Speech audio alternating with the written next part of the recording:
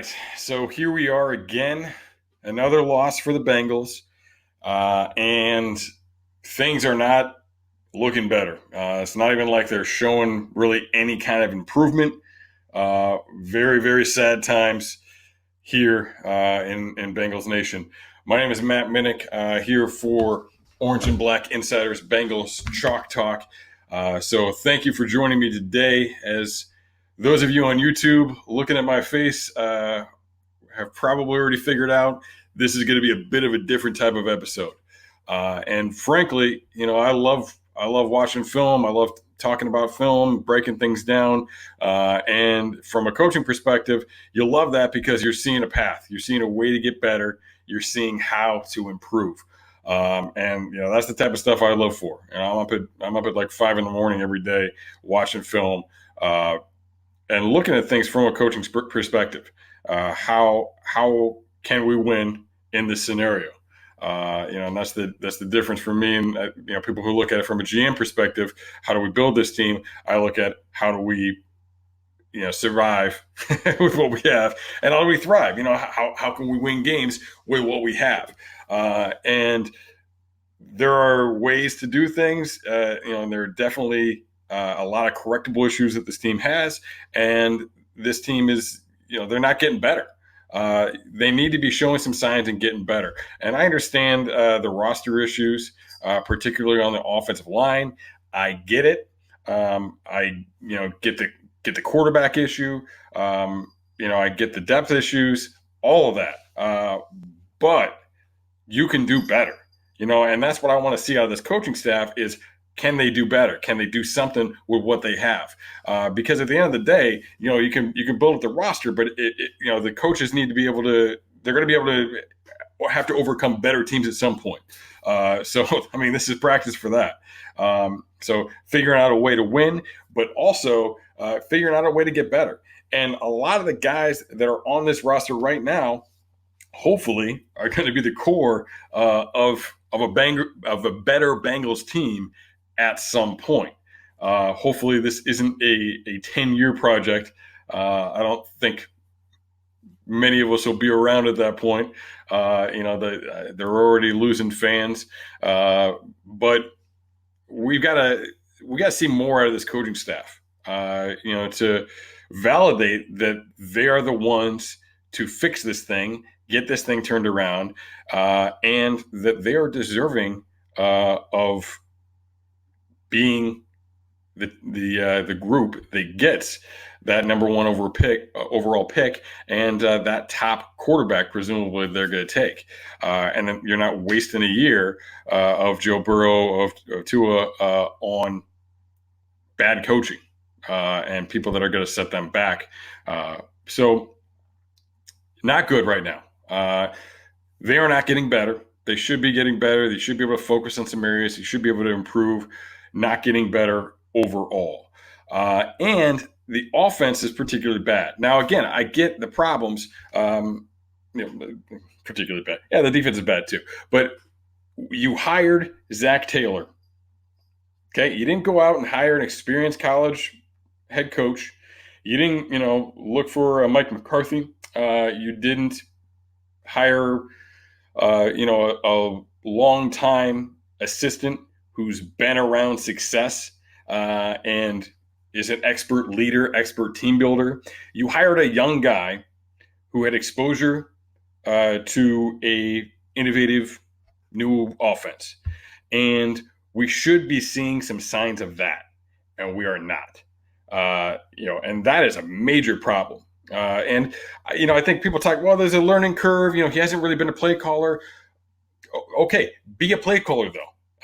We get if you're bad with the head coaching stuff, but he's been preparing to be a play caller for a long time. He's been around these guys. He's seen them. He knows how it's done. He should know how it's done.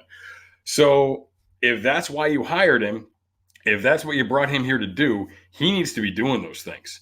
And he's got Callahan. He's got Van Pelt, who, was a backup quarterback in the league for a lot of years, played some quarterback. And we've seen a lot of success from guys with playing histories like Van Pelt as coaches, Doug Peterson, Frank Reich. Jason Garrett. So they got to figure out how to use these guys. And in Philadelphia, Frank Reich was known for being a guy that they counted on for specifically third down game planning.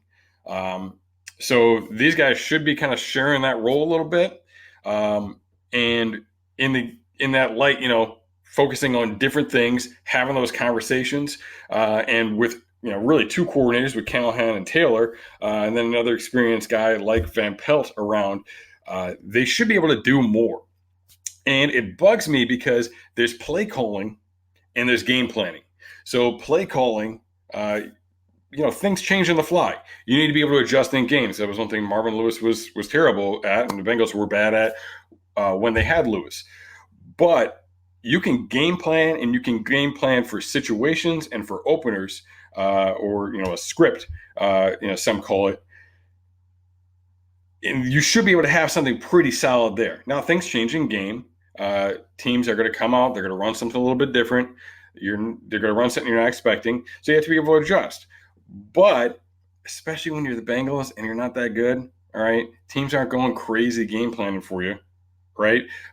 So you should have some things established that work right away. And we're not even really seeing that out of this team. So I don't completely buy the idea, that idea, because I think that those three, along with the other offensive coaches, I guess really mainly Callahan and Taylor, should have a solid game plan. And if there's a learning curve with figuring out how to pivot, I get it. But the learning curve is not. They should be good in the first quarter. I guess that's what I'm trying to say. They should be good in the first quarter, and they should be better at situations. And key situations, goal line, red zone, third downs, they are particularly bad at. And that is a major issue that they have. So I'm just going to give you an example here. So this is a blank call sheet. So I think people look at scripting, and they think that when we talk about scripting, we're like, okay, well, you're just going to write down the first 10 plays. And then a common thing here is, well, if you get the ball on the goal line, are you going to, you're not going to throw a deep pass? Well, no, that's not really what scripting is. So, when you are doing a game plan, when you're putting together a game plan, this is a format, this is a template. I got from some really good coaches that I work for. A couple guys now are in Division I, at some big schools. One of the guys that work with this is a Division II head coach at the moment. So this isn't me. All right, this isn't me. This isn't me saying, "Hey, look, I'm smarter than everybody else." This is things that people do. So obviously, everybody's gonna be a little different, but it's not just a menu. It's not just a list of plays. You look at the situations, and you have your base calls. What you're going to do first down, but then also possession. The first play of the possession has its own area sometimes as well. Not on this sheet, but sometimes. Second down is not just second down. It's short, it's medium, it's long, it's extra long. Same thing with third downs. And you're going to have runs and passes. That gives you an avenue of having the percentages you want to have in those situations, because you say, if you want to be 33% pass, then you just, run. All right. You just put one run in, for every two passes you have on there. If you want to be 33% run, and then if you call it and you stick kind of to it, you should be pretty close to those numbers. And I've seen that work out. I've seen that work out over a season too, where, almost exactly what we planned on over the course of the season.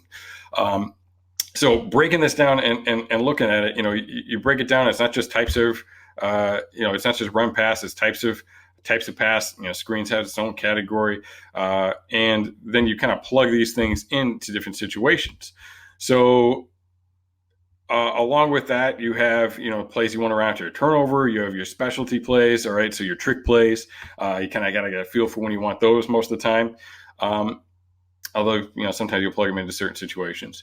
And then you set it up by field zone. All right. Are you backed up? Are you in the red zone? Are you going in? Are you in the the tighter red zone or inside the 12 or in the goal line situation.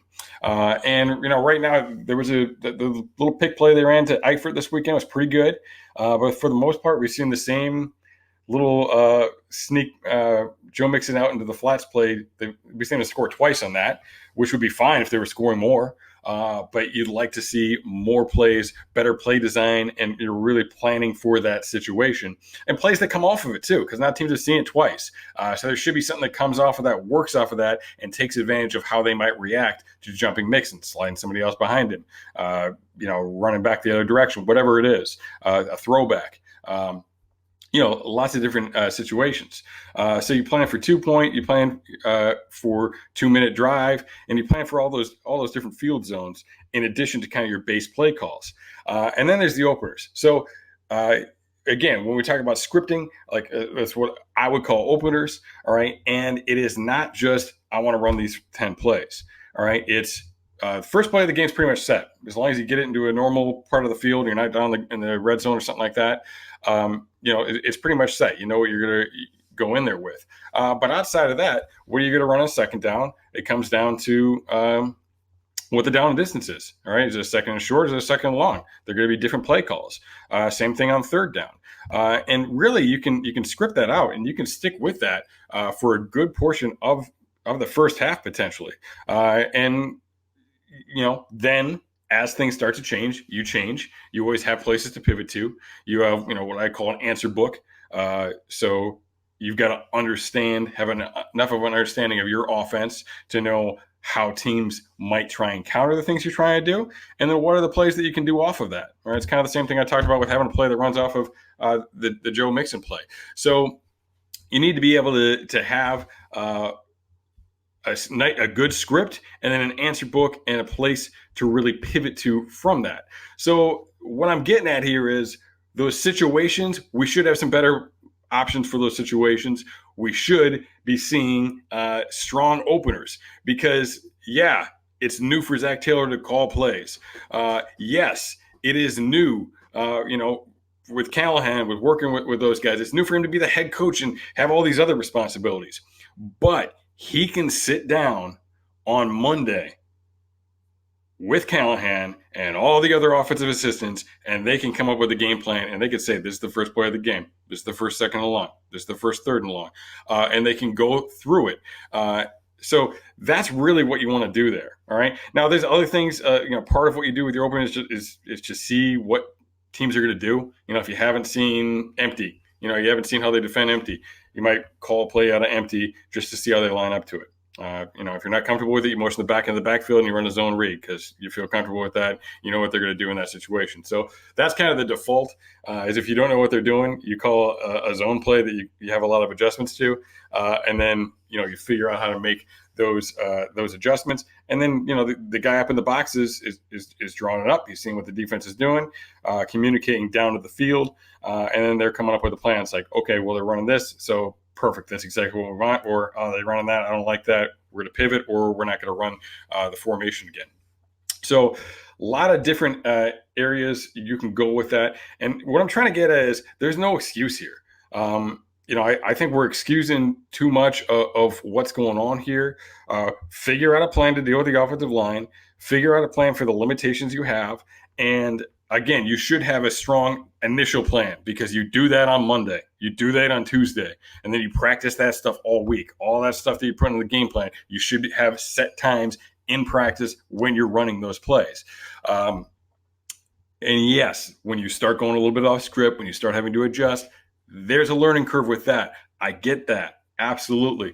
But start strong. And that's what the guy was hired for. We don't expect him to be a great head coach out of the bat, maybe even not a great, making great adjustments, but show me something in that first quarter. Show me something on that first drive. Come out of the gates strong. And show that you can work together as a staff because there's a lot of minds there. It falls on Taylor eventually, but use Callahan's expertise, use Van Pelt, use everybody else on that staff, with these experience to figure out some answers to these tough questions. All right. Now, the other side of the ball, we'll look at the other side of the ball as well, and they've had a lot of problems. Now they're not changing. They're not adjusting those problems as well. And really, this week is a great example. You got smoked by Lamar Jackson a few weeks ago. You just watched him run the option and make the New England Patriots look stupid. Have a plan. Have something. And I look, he's a freak athlete. I get it. Nobody can simulate. It's become a cliche right now. Nobody can simulate what Lamar Jackson does in practice. Well, yeah, he's a freak. I get it. But like, you've got to have a plan, and they don't even have really sound option responsibilities. So we saw some speed option in the game. And against the speed option, you've got to have somebody's playing the dive.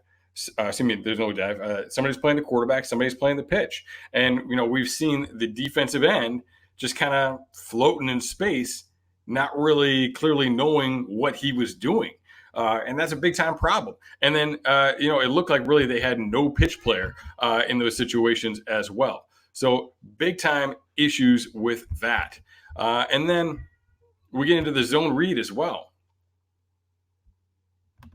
All right. So the zone read, the defensive end, they're going to read that guy, and he's got to have a set responsibility. He can't be playing the quarterback and the dive. It's hard not to play one of those guys alone. He's got to be committed. All right. If he's not getting blocked, all right, based on the back alignment, what the formation is, he's got to know his responsibility. And if he's the back player, he's got to be bending like crazy. That's what he's got to do. And then whoever the quarterback player is has to get up there. All right. So the big play that we're going to be seeing on highlight reels for years with Lamar Jackson running that long touchdown. Dunlap should have been bending more. People are kind of giving him. I've seen people saying, "Oh, his effort wasn't great." No, it's just that he was standing there and like he was trying to play two things. I don't think it's poor effort. I just think like that's what happens when you're trying to look at too many things. You end up getting moved around like that. So not a good look, not a good deal. And I don't really put that on Dunlap. I think he's not being told this is your responsibility. And do it and go after it. And that's how you play the option. You have your responsibility, you attack your responsibility, you stop your responsibility, and you trust the other 10 guys to do their job. That's what they've got to do. He should have been bending like crazy to that and trusting that the other guys were going to do what they needed to do. Now, that was another problem, right? And as we saw, it was definitely an issue. So who should have made that play? All right, really, it's Pratt. All right, Dunlap should have been diving. Pratt, they cut him. All right, and he doesn't get cut really, but they hit his legs enough that it throws him off. He works to the outside, so he makes it cut back, which is better than making it bounce. And yes, Bates, Vigil, handful of other guys should have made the tackle on it. They're all out running it. Lamar Jackson doing Lamar Jackson things. But they've got to do better with that. And on the tight film we see, he's got to defeat that cut. He's got to put his hands on it. He's got to kick his legs out, get his legs away from it, so he can make a better play on it. You see Dunlap trying to run it down. That's not Dunlap's job. Dunlap's got to be doing his job, and you got to trust Vigil, Bates, Sean Williams to make that play.